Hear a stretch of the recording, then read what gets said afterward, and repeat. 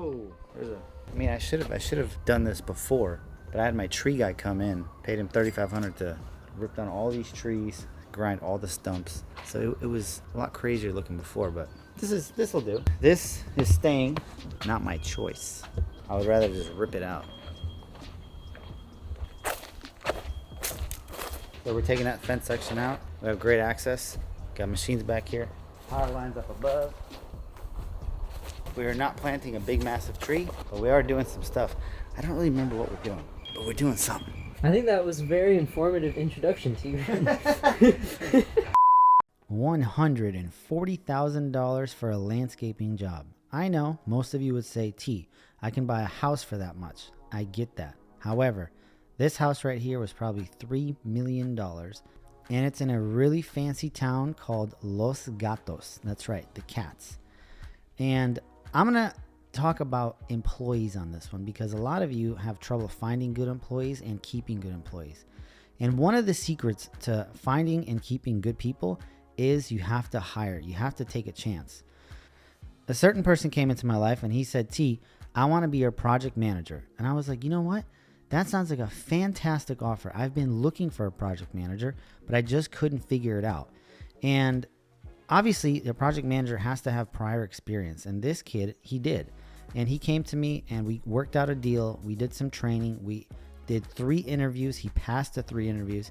But one simple thing can blow the whole deal. And I was actually very curious about his past and just the way that he conducted business. So I was really like on the fence. But my director of operations, she said, I think it's a go. He's a perfect fit, great personality.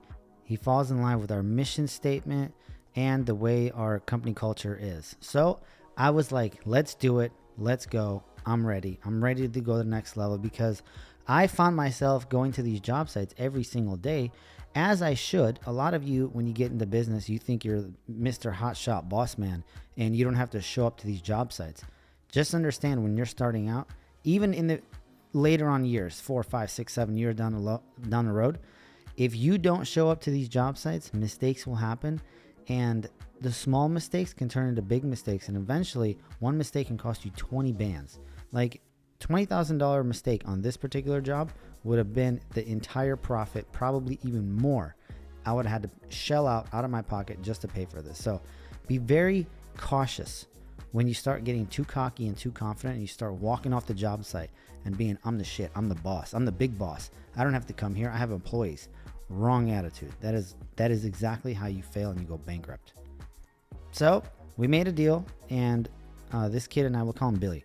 Billy rode with me in the truck, and we were going to job sites, and I was just showing him how I do things because he did things a certain way when he was doing landscaping, but I knew that way wasn't correct because if it was, he wouldn't be here. So me and Billy rode in the truck, and I was just explaining to him how things are done, how I communicate with employees, how I communicate with the customer, and pretty much basically just keeping track of the jobs and making sure everything is in line. The materials are 3-4 steps ahead of the workers. That is one of the most important things as a project manager and as a person that runs the company. You always have to be 3-4 steps ahead of the employees. Like, when do they need base rock? What about the turf? Because the turf was already on site. It was in the front yard when they were already doing this. And that's correct. You never want to be scrambling and looking for material when you need it, because if you need the turf and for some reason the turf isn't there and you're not prepared, guess who's losing money on the turf? You are. And that is a very important way to make your business unorganized and pretty much chaos. And that's what I didn't want. And I just kept telling Billy, I was like, dude, this is exactly how you have to do things. You have to be way 2, 3, 4 steps ahead of the curve. And he seemed to understand it. And in the beginning, it was really good. However, I do have to say there's a 90-day phenomenon with every single new employee. The new employee comes into a company, and for 90 days, 3 months, it does a fantastic job. Amazing. He's got a great attitude, happy to be there, happy to help, good with the employees, good with coworkers, good with customers. And then something happens in the 90 days, and it just hits a brick wall, and boom. Things go wrong for the employee. Things go wrong between the employee and the employer, and the whole relationship falls apart.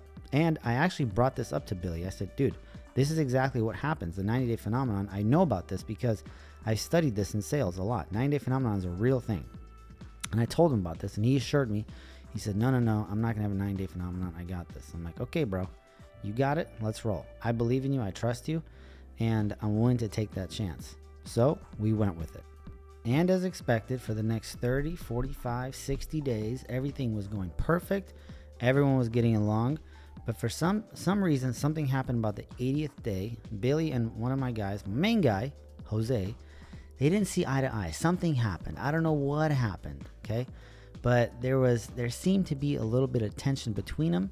And I met with them together and I worked it out. I said, this is, we're a team and we have to work things out because we have to move the ball down the line. Like, you guys have your differences. I understand. You do something one way, you do something another way. This is the way I want to do it, and this is the way we're going to do it. So they agreed. It made it happen. But of course, the relationship between Billy and I did not work out. That's why I'm making this video. I'm talking about it. Now, the title of the video is, how do you determine between good and bad employees? Well, guess what? You're not going to find out until you hire.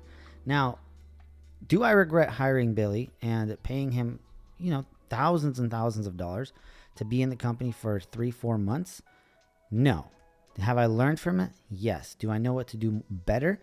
Now, was it a lesson that I could have avoided just by knowing how to ask better questions at the interview and maybe seeing if the culture fits, which I thought we did.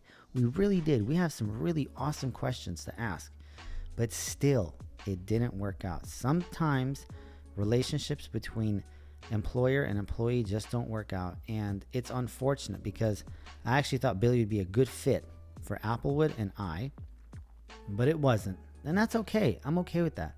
But looking forward, how can this benefit you? Like, you're watching me and you're like, T, you always dropping nuggets. I am. When you find someone that fits your culture, that you think, and you've done all the interviews, and you're like, dude, you know what? I'm going to take a risk. I'm going to go for it. I have found some amazing people, okay? I found some amazing people, and I found some really, really bad people. Remember, I've been in this thing for 8 years. I used to have employees, especially in the beginning.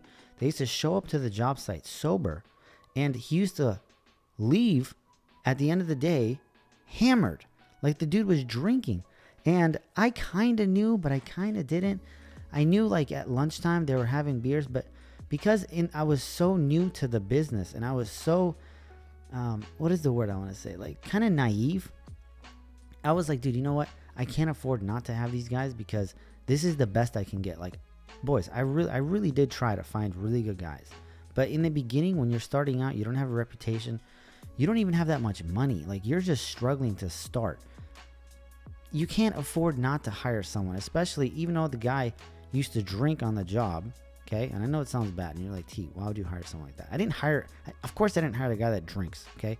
Sometimes he would just get drunk at lunch, and he would still work, but a few times he just got super, super hammered, and I knew, like, deep inside the gut feeling, I was like, this is not professional, this is not a good look, what if he gets hurt, all that bullshit, okay? But still, the guy was extremely skilled, and I noticed every time he was there, the jobs kept going forward and forward and forward. And eventually, as I got to 3, 4, 5, 6 employees, I really put my foot down and I said, this is not going to happen. We're not going to be drinking on the job sites. If I ever catch you guys drinking another beer, everybody's fired. Because at that time, I finally, like 3, 4, 5, 6 months in, I was building a reputation and I finally figured out what to do. That is the hardest thing. I think as a man, one of the hardest things to do as a man is to figure out the money game. Because, let's be honest, dude. You're a dude, you're watching this, and you're broke. You don't like yourself. You hate yourself, to be honest with you, because I hated myself when I was a brokey. You're not a man. I always was so disappointed in myself because I wanted to go to a lunch, I wanted to go to a restaurant, I wanted to go buy some new shoes. I mean, to be able to go to the gas station and fill up your entire tank without giving a crap about how much you put in. Like, I remember I used to go in the gas station and I used to put $20 in at a time. If you put $20 in at a time, you do not like yourself. Because why would you ever put $20 in your tank? Every time you go to the gas station, you have to fill up all the way. It doesn't matter if you put 20 in because 5 gallons later, you're going to put another $20 in. So why would you not fill up all the way? I see people doing this all the time at the gas station. You go in there and you see on the pump, it says $5, $10, $20, $25. That person is struggling. And that used to be me. And that was very, very demasculating. Is that the right word, Cuz? Pretty much emasculating, demasculating, whatever it is. Basically, you feel like a bitch. That's all I'm trying to say. As a man, you do not want to feel like a bitch. You do not want to have anybody telling you what to do because you don't have enough finances, enough resources. That to me was a very big red flag. And I was like, dude, I'm going to do whatever I can to get out of this. And the best way you can do this, boys, is by taking risk. The more risk you take, the more risk adverse you are. That's right. It's like a positive and a negative. That's what you want. And I take a lot of risk. I take a lot of risk in my education. I take a lot of risk in my mentors, my finances, the way I run my business, how I trust employees. Here are the finishing shots, but you have to hire people because without a team, I would not be able to build this. Like, look at these beautiful pictures at the end. I can't do this. You know what I mean? There's no way. The customer loved this place. It was literally paradise, and they absolutely loved it. So if you want to learn more about the mindset, like the mindset is actually one of the most important things in business, and just the way you think about certain topics will really, really benefit you going forward. And that is going to be the answer. GoKing. You have to get in GoKing and find out how my mind works from the inside, unfiltered, unedited, and raw.